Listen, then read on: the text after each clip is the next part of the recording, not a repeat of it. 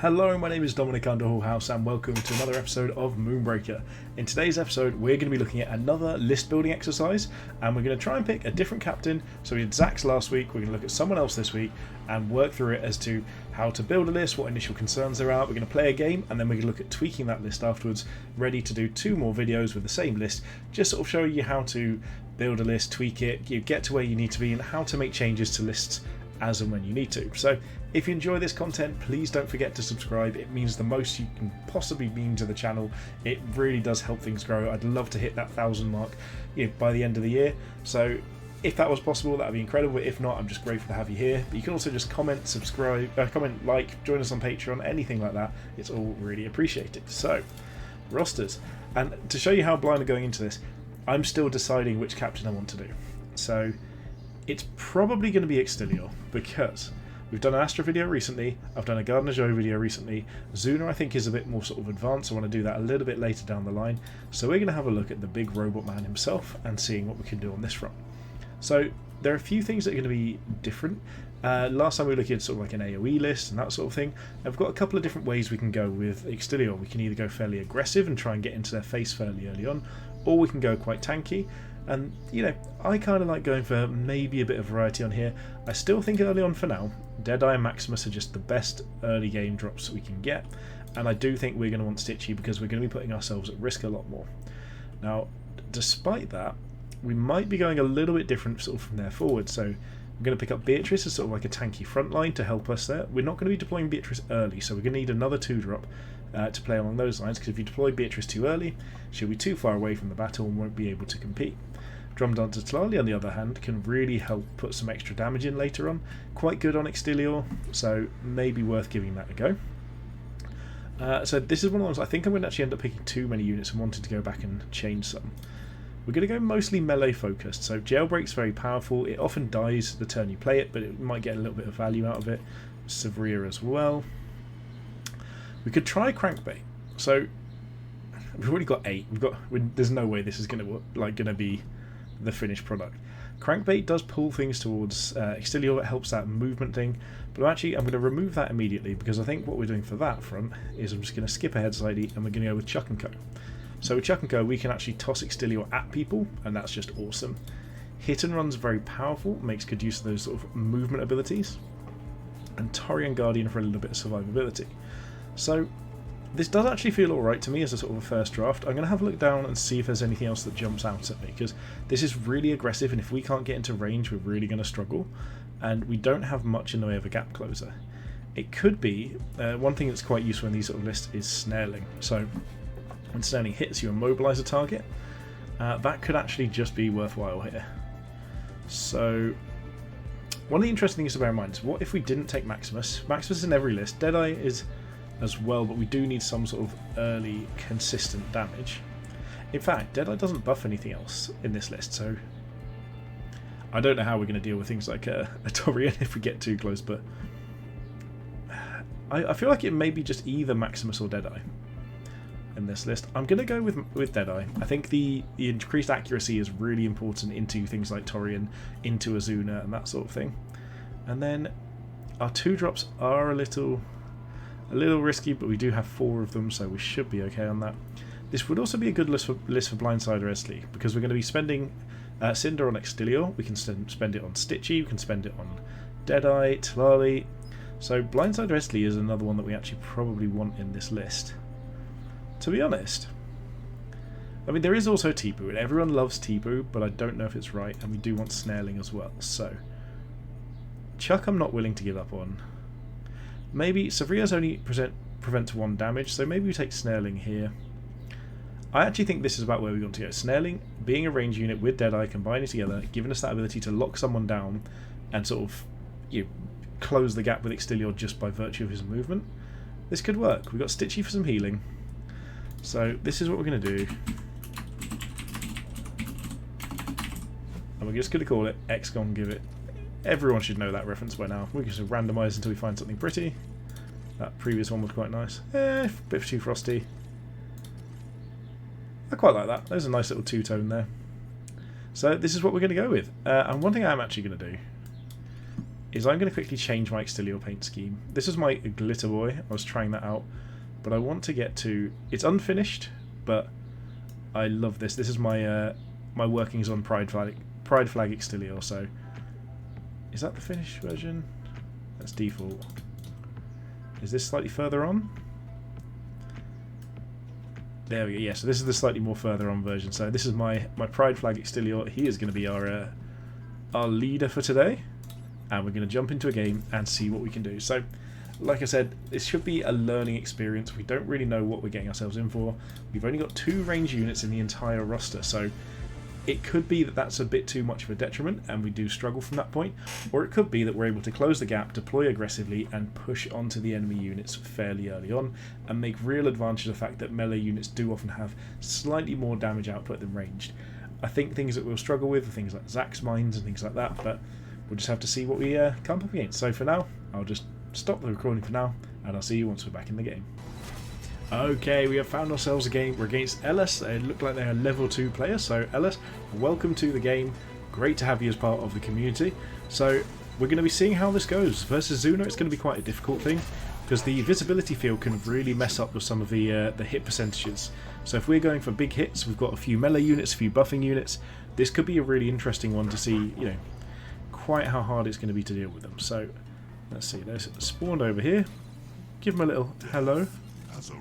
Death has arrived, and see what we're coming up against. So the way Zula works, so in fact, well, let's start with Extilior. The way Extilior works, so he's got 3 attack, he's a melee captain, you're going to be moving, got fairly decent movement speed, more than a lot of others. If you look at Zuna, down at 4, we're up at 5. We gain 2 Cinder per turn as is standard, reduce damage to units by 1, and deal 3 damage to all units in range. And whenever we kill a unit within range of Rally here, one of our units can gain a Shield of Hope. So let's see what happens here. So they've moved up, the Toltecan's moved up as well, and we've got something deploying. So this can be Maximus, Deadeye, Fixer. Okay, I'm okay with Fixer. What we're going to do in this case is we've got different options as to where we want to move and how we want to sort of play the game. We don't really want to be playing the game at ranged. At range, because they're going to have a huge advantage in that front, given that they're going to have more range units than us and they can make things harder to hit. So we can either move that way, or what we can do is just move over here, try and keep the visibility on us a bit lower, and we're just going to deploy our own Deadeye. How far out of the way can we get? Do you know what, if we deploy it here, it's actually fairly safe because of the angles of the building here. So we're just going to do that for now. I don't think there's any point in putting down Stitch McPatchy, and next turn we're going to try and play something a little bit more aggressive. We're just going to take it easy for the beginning and try and sort of find a way that we can gradually move our way up the battlefield. If I were them, I'd actually be consider shooting some of these cinder piles now, so that if we move too close to it next turn, they can use that against me. So if I moved up to here and they'd already shot this once, I basically have to move over here. I get less movement because they can just shoot the cinder pile for free and deal 4 damage for no real cost to themselves whatsoever. It just doubles the damage of Fixer for 1 turn essentially. This, however, they're not really going to hit. So moving in range of that is almost a risk, because even though we can't get there this turn, eventually we might be able to. Okay, so they've taken that objective there. The good news about them not deploying on the objectives is we've then got the advantage in sort of in points. We can start 1 point ahead, and there's a good chance that we can move over to this objective and start maybe placing like a hit and run down or something like that to try and get that little bit of extra difference. Also, I just realised I forgot to Shield of Hope turn 1. We could have had 1 extra health on something. That's really bad. I shouldn't have forgotten that at all. Because they've got a defensive Jailbreak. Very interesting. Okay, so what we're going to do here is we're going to use our Cinder to shoot Jailbreak, shield ourselves up somewhere, and I think this is a hit and run, because if we shoot here, so we're not even gonna move because of this positioning. We're gonna take the shot and hopefully hit it.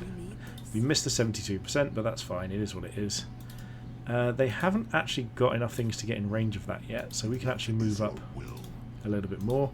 You can see I'm constantly clicking on the enemy units to see how far they can move, because it really does matter at this point, you know, how far they can go, because we don't want to be putting ourselves at risk. So we can play a Torium, which is really good into some of the things that they've got, but honestly I think here a hit and run is probably a little bit more valuable. And if we place hit and run just about here, we should be fairly safe from Fixer and from Jailbreak, it looks like. So we're going to do exactly that. Hit and run just about here. I think we've made ourselves safe. Yeah, perfect. We don't need to actually move up any further. We're not in any rush to get there. We actually kind of want to just start chipping away damage onto Jailbreak. So if they come up nearer Extilior, that's absolutely fine by us. We'll be willing to just use Extilior's damage to finish this off alongside hit and run. It could mean that we end up in range of this, which we don't want. So what I'm likely to do is move up to here, spin and hit to deal 6 damage, and try and keep out of range of this. Move hit and run in to get a final hit. Ah, okay. So that makes things a bit more difficult. We can't quite get there, but we might be able to just sneak in this gap and get an AoE onto this, which also means that if we get the lucky hit onto Torian, the 50-50, with hit and run, then we could potentially be in the running to actually just finish it off. The one thing we can't do, which is normally what we'd consider, is sort of move back here, hit and move back, but we can't because Jailbreak will stop us running away. Boo, they hit us. Okay, so this is all good. The reduced accuracy field as well. Okay, this is very interesting. I'm going to have to figure out how we do this. It might even be that we just spin and don't do anything else. Okay, yeah, we can fit through there. What would that... Was that 30%? Yeah, that's not ideal. Okay, so I think we need to keep Ozozing ourselves, but does that put the spin in range? No, it doesn't. We only have a 13% chance to hit. So, okay, I think what we do is we shoot here for the 100%. Get ourselves... Can we get there? This, to me, looks like we might just be over it.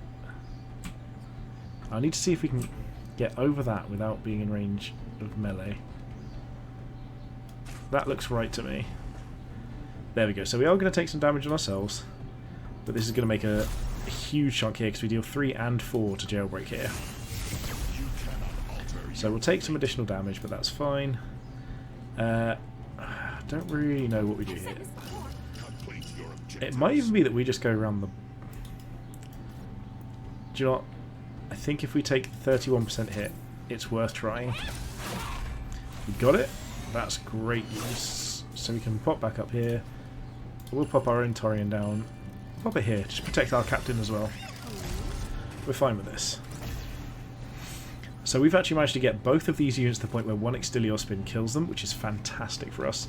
They do have the ability to heal Jailbreak. Dardo's going to heal Jailbreak fairly easily, but this is a massive upgrade from what it could have been. Especially if they go in for like a melee hit here. If they go for a melee hit, we miss and hit back. That could be great. So they can still move these fields. This is a very difficult spot for us. Like, we're going to need to figure out how we don't, because we don't have much ability damage. Beatrice could be good here because Beatrice, her ability damage doesn't actually stop things as much. Ooh, the dome. But if they move incorrectly, the minus hit goes on the dome instead of on Jailbreak, and we could actually just have... Yeah. So if they hit us now, they actually... Oh, okay, they're going to move. Yeah. But that move puts us in range of a spin, right? Yeah, so this is good, great for us. This is fine. Hit away. If you miss, we hit back. Oh my goodness. Yeah, our poor opponent is... that's a bit of a boo-boo there. So we actually get to take out 2 key units in this position now. So we're going to just move Torian away. Oh no, because we can't guarantee the hit, can we? So either way, does this Sword of Justice? It does still hit Torian. So we need to get... We still want to hold this. We'll Ozos ourselves, see if we can get a hit onto Torian at all. Maybe. Got it. Perfect. So that means we can actually just move our Torian to be defensive. Or even...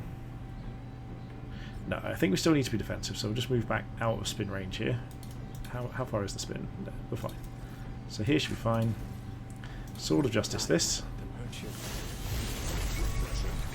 And now Extilior can just shield himself a little bit.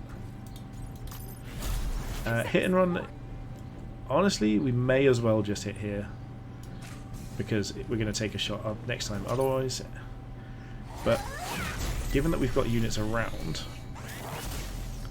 I can actually see just moving this way. And then I'm going to play Blindside Resley as sort of an aggressive choice over here, but I'm going to play Stitchy McPatchy back around. Let's go for here to try and have some more defensive options so we can start healing up and make the most of our position here. So we're holding one objective, we're contesting two. They've got limited damage on the battlefield, so that's where we're going to try and take advantage of this. And we're going to try and use our extra damage available to basically out-damage their units, take control of the battlefield, and get to the point where if they can turn on us, we can deal with it. If they can't turn on us, we just deal with the things that they have. So this has left them in an awkward spot for movement, because now Extilior can just move in here and get a huge spin, because this has blocked things off. Zula can move out, but it depends where the dome can get to. So they might just be positioning in a way that gives us a lot of value with some of our units. And that's something that we'll obviously take advantage of if we can. So what they want to be doing is spreading out here a bit, because the more they spread out, the harder it's going to be for us to deal with them. But this is one of the things we've got. Hit and run down here, so we've got a good position this side. We've got Extilior over here, who can just do a bunch of damage onto their dome. Here comes Tipu, the Destroyer of Worlds. Funny enough, we're just short of being able to kill Tipu, because he's 12, we've got 6 here, 6 here, so we're going to be slightly short of it. But it could even be that we just ignore Tipu and go for everything else instead. But they did destroy Tipu in range here, so I think... Oh, that miss is good for them. Okay, this could work for them. So we need to spend our Cinder, we need to play things out that make a big difference here. So it could even just be deploying Beatrice in the middle, or even, in fact, you know what, Snareling is brutal into Tipu. So I think what we need to do is just start trying to deal with things. So Deadeye probably first. Ozos herself. If you can hear a lot of beeping things in the background, I do apologise. I actually think we do need to work our way around this, which is quite interesting. So we will take a little hit onto Stitchy here. And pop back this side. Stitchy pokes us back, that's fine. Get Sword of Justice in here. Might as well just go for the hit. We've got the 2 damage. We've got 3 Cinder left. So if Stitchy just moves over here and maybe heals up Extilior. Extilior can shield both himself. We get all this extra damage. And we're just going to come over here and take out Stitchy. And then for deployment, Snareling's coming over here, and that's all we can do really. I think anyone moving, Torian's fine there. We're still on the objective. They've got 1 point, we've got 4. They've got 8 crew left, we've got the full 10. So Tipu is a huge threat here. I mean, it can hit over here. Between the two of them, they're going to get very close to killing this, but they could potentially try and do so with that as well. Ooh, their own hit and run. Okay. We can just kill this if things go well. Yeah, I mean, if they go for this, they just take 6 back onto Tipu, or 5 because of the dome. So, I think this is a give Snareling abilities with Deadeye and start rooting down here. Could even be just trying to get Stitchy in range to heal things up. So for instance here we could run over here, potentially hit this and move back up, heal, hit and run with Stitchy. And we can still use Extilior to start fighting over this. So the dome is actually a problem. To me this feels like a Bricky player because they've got the dome. I can't do a Bricky impression, I don't know why I'd even try. And Tipu in here, Destroyer of Galaxies. So this definitely feels like someone who's knows where they've got their understanding of the game from. Okay, so Deadeye is going to be an interesting one here. We might even just have to send someone else defensively back there. So if we heal up first, Stitchy's can actually hide. Deadeye's going to pop down here, try and get some good angles. But we're going to Ozos onto Snareling. Because Snareling needs to be able to hit Tipu. We have actually not got enough expenditure, haven't we? No, we can't actually spend all of our Cinder to activate here, so we're going to do this first anyway, so get the spin in, because it's just an easy option to do. Go for the hit. Got the miss anyway. Shield ourselves, we'll just keep moving up and blocking things out. We'll go for the big hit on the dome. And then we'll bring ourselves back up this way. And to be completely honest, I don't really know what we do here other than take some shots. Let's go for this, best chance we've got. So Tipu's a waste. We're going to lose our blindside Wesley here. But again, we can start just... We need to get this dome dead, basically. Dome is slowing us down a ton. They're going to take this point back, but we're ahead on points regardless. They're still on 8 crew, we're still on 9 available. It's the healing from Dardo on this that's getting to us. Because we can't get Extilior around. We actually need Chuck. That's what we should have played last turn, Chuck and Co. Because if we played Chuck, we can really just start dealing with things here. Funnily enough, so Tipu being snared here means that it's now worth us just ignoring Tipu for this turn and just using the snare on hit and run, because Tipu's not actually going to be able to get into range of anything. So yeah, snareling, sorry, Chuck and Co is actually what we should be doing here. Also, LS, whoever you are, welcome to the game, and you're playing really well. This is actually a really good game from our opponent here. So I do feel like the lack of movement is an issue, but so far I feel like that's more my fault than it is the game's. And we just want to make sure we're not losing out on anything, so keeping the keeping ourselves having some aggressive capabilities is really important, but we need to keep our units alive to win the long game. Okay, so they're going to go defensive on the dome now, because I think they've realised the value of dome. Pacify Oatly, so they're going to try and yeet things back. Okay. So what I think we actually do here is just poke Oatly. We've got a good chance of hitting, so this should do something. There we go, we get hit back, but that's fine. Because we're going to just come over here and get Stitchy to hop over and heal us. We're going to come over here, go for a big spin. I guess we start working on... Wait, what? I swear I was touching there. Oh well, we'll go for this hit. Got it anyway. Go for Shield of Hope. This can actually just be a nice defensive, slow hit and run down turn. We definitely want to deploy Chuck and Co. So Chuck wants to come about here. And to be honest, I also think we just send Deado on a mission to also deal with hit and run gradually. Can't you see? Torian just protects here from as far away as possible so Oatly can't get to us. And I think that is us done. So the point advantage is the only thing leaving me feeling very confident here. We've only got a 1 unit advantage. We are winning a bit on health. Oatly is going to have a difficult time getting in range of anything really relevant. Yeah, so Oatly can't actually yeet anyone quite yet, which means that we can kill that next turn without losing too much in terms of value on board.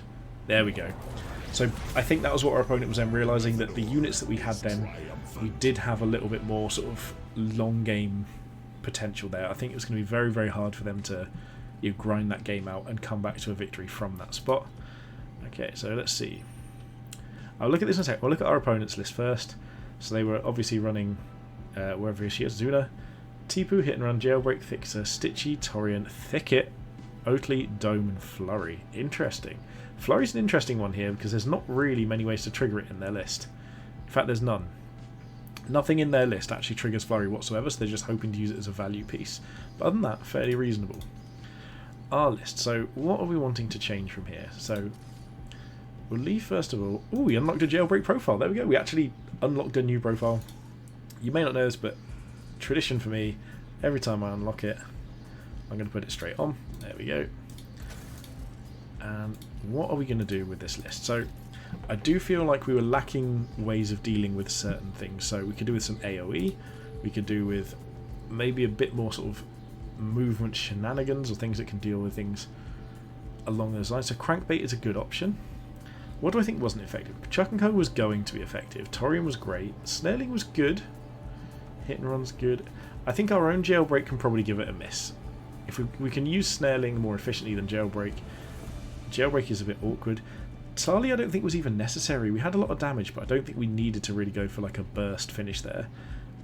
Although I do like some of the synergies. I think what we want is something early on to put out just a bit of hurt. So the current standard is Broken Vengeance. It's a very good unit, very powerful. It lets us deal with things at range, and potentially can just chain to take a unit out as well. Crankbait could be useful, but I'm almost thinking we want something, again, AoE, just to sort of chip away at things. Where do we think? So Axel Pyro does a good job.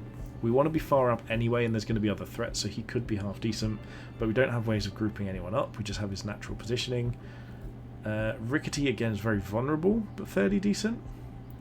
You know what? I think it might actually just be as trying out Shrapnel and go for sort of like an armor-based version of the list. So we've got Shrapnel in here, we've got Chuck and Co, we've got Beatrice, and you have like a really beefy front line that we can keep healing with Stitchy when we need to. A bit of Torian, and just we're leaning towards that armor side with a few different options to go for damage. So Broken Vengeance just is absurdly efficient. I believe he's getting a bit of a reduction eventually in future, most likely, but we've got some really good value units in here. So I think this gives us more options to interact with our opponent, basically. In that game I found that we were just sort of stood there. We couldn't chew through Zula's damage at all because we were melee. Everything was trying to get to the same location to deal with it. We did position quite well, we were scoring quite well. Getting that early point actually made a really big difference in the pace of that game, but I do think we needed that little extra way of just squeezing more damage out, especially considering we've got like Snaring in here who doesn't do anything, Torian who wasn't able to get into range. You know, it really was a bit difficult, but that I think is a good improvement, and that's what we're going to try out next time. So if you've enjoyed this, don't forget to subscribe to the channel. Please do. It is the most exciting thing for me. We've got about, I think, is it nearly 50 subs now, nearly 60 in the last week or so, so huge influx of Moonbreaker players. It has made me absolutely over the moon. I was celebrating going 200 a few videos ago. We're now pushing 250 already, so this is absolutely incredible. But also commenting, liking, Patreon in the description down below. I mean, the sooner we get more Patrons, the sooner I can upgrade my equipment and you don't have to listen to dodgy background noises. I can get a PC that doesn't just shake the entire earth, but any way you can contribute is greatly appreciated. But for now, thank you so much for watching, and most importantly, have a good day.